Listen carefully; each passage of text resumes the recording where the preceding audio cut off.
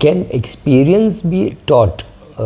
This is a question which I have always grappled with, saying that if a person has lost money during a bear market and has that experience, can that person ever take that experience to the classes or to the lectures or to the writing that he or she does? And my answer is your own learning from your experience of a, let's say, a bear market is not something which you can carry it for your own self. Forget teaching. For example, I wouldn't know what happened in the market in, say, 1987.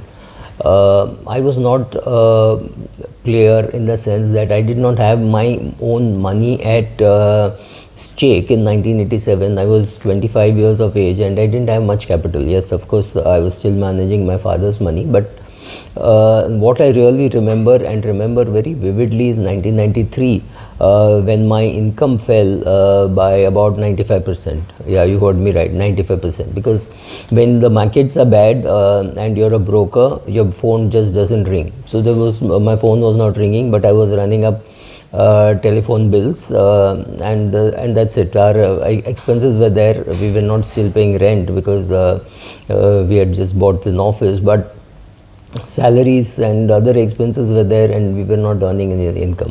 So yes, that was a time when a lot of panic got created. What actually happens is during such periods you realize that you need to keep a much higher amount of cash if you are on your own rather than when you are in employment. If you are in a job, you can be sure that in case you have some problem, you can dip into your provident fund or the company will give you a temporary loan or something like that.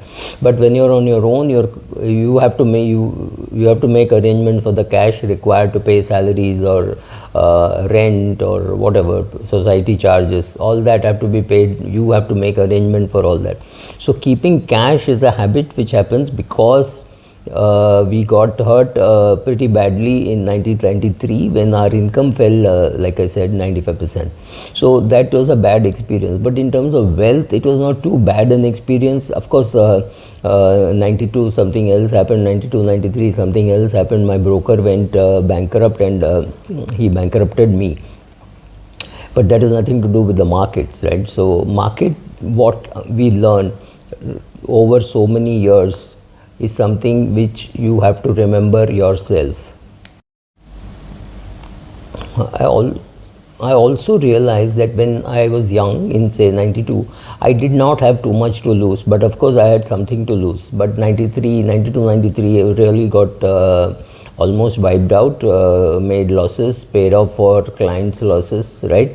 All those things happened to us, and 93 was my learning still was, if I had cash I would have invested. I did not have cash, but what it taught me is will I be able to carry that learning into the next recession? I don't really remember when was the next bad period, except maybe 96 to 2002, 2003.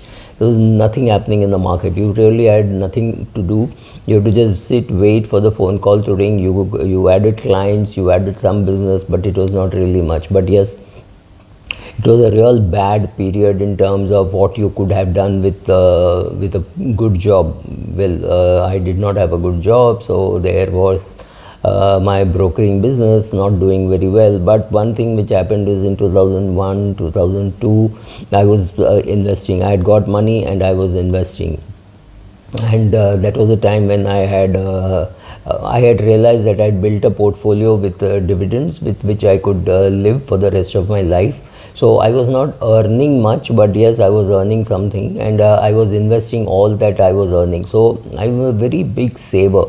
So very simple advice to people is study well, earn well, or have some talent, singing, dancing, playing cricket, whatever, some talent, earn well.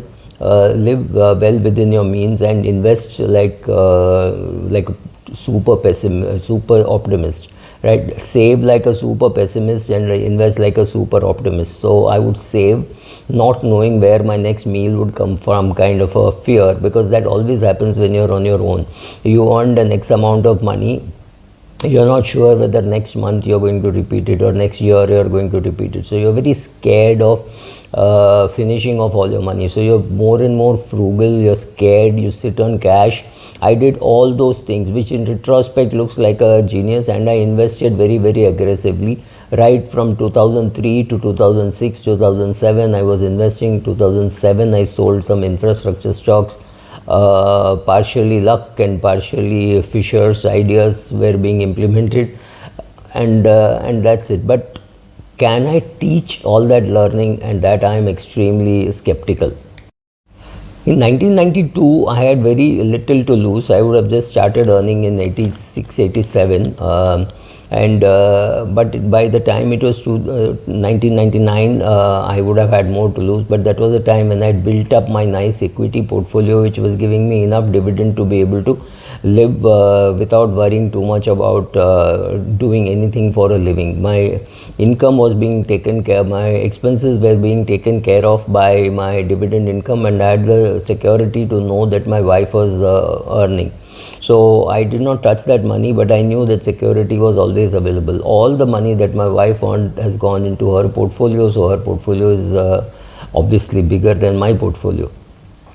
The question is, having learnt all that, did I panic after 2007? In 2007, I was lucky that I sold some money, shares, and I was sitting on money.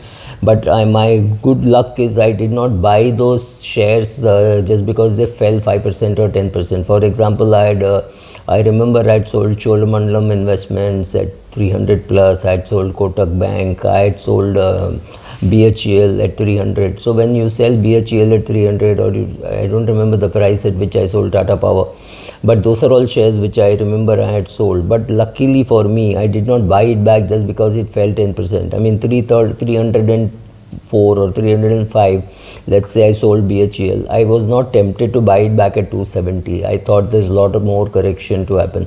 And I bought it recently at 25 rupees in 2021, or maybe 22, I do not know. I remember buying it at 25 rupees.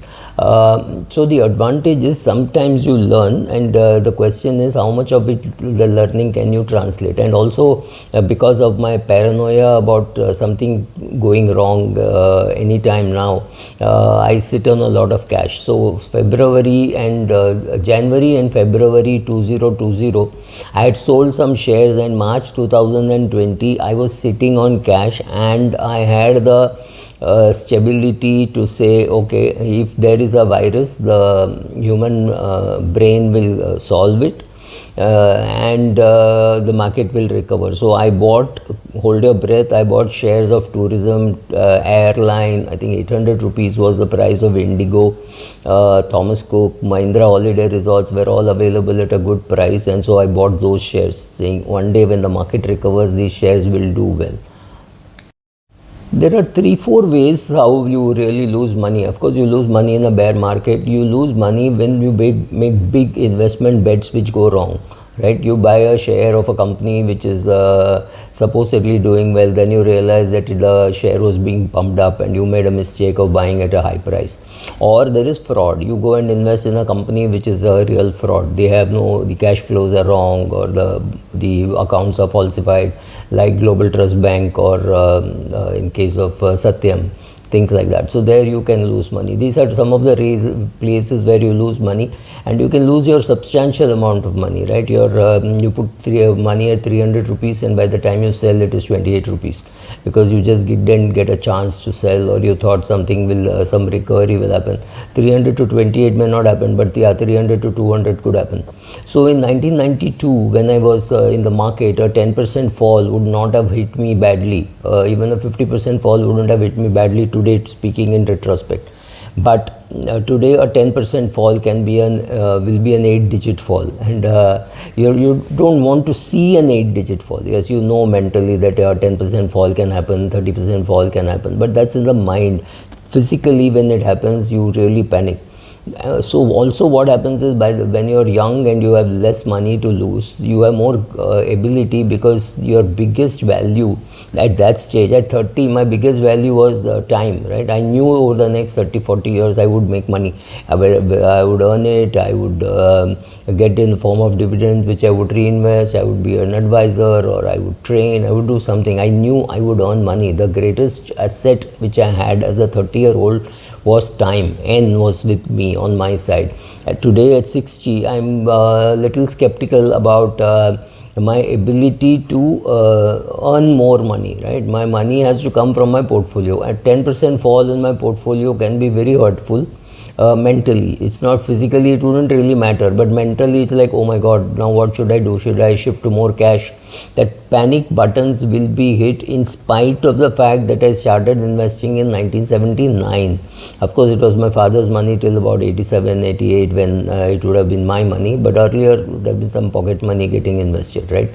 So today there is more to lose. So and today the ability to earn is also doubtful, and 10 years later when I'm 70 plus, it will be even more scary, saying, oh my god, if I lose everything, will I go back, will I have to go and earn money? And today that capacity won't be there. So those are the things which worry. So as you grow older, the fear that you will lose more money in the market is there. Therefore, people like me, at least I was sitting on a lot of cash in March 2020. Right now, I don't have that much of cash, but I would still have more cash than what would be recommended. Simply because I tell myself it does not really matter. Let me keep more cash. If I get lesser returns on my overall portfolio, it doesn't matter, because the need to take a risk has gone away. The ability to take risk has gone up, and the need to take risk has gone away. So why should I buy something which I'm not fully convinced? So I would sit on more cash. The problem is when the fear that you lose, even a 10% loss is a big amount, because your mind does not recalibrate to your portfolio, right? You still go to the same restaurants which you were going 30 years back, and you call it nostalgia or whatever. Your proportion of spending doesn't really go up, which means more and more money which is generated gets invested, so your portfolio grows up. The dividends are not being withdrawn, so that is getting reinvested, so there is more money available. Less risk-taking need, greater risk-taking ability. So given all this combination, how will I react in a bear market in 2024? If there is one, I have no clue. I don't know. Maybe in 2024, if I have cash, I will invest. But in 2034, how will I react? I have no clue, because my portfolio would have more than doubled, and a 10% fall could suddenly get one extra digit, and that could be even more scary, because mentally people like me, the starting salary on offer was 1,800 rupees when I started life. So to lose 18,000 rupees or something like to 20,000 rupees would be an annual salary. The mind does not recalibrate. So will I panic more 10 years later when I have more experience? I do not know. Will I able to teach about all my panic, what I did wrong, what I did right to my daughter, and think she will learn? No, because there's nothing like going through it yourself. You have to go through a bad recession or a bad investing mistake or a real terrible bear market to understand what it means, right? Thank you.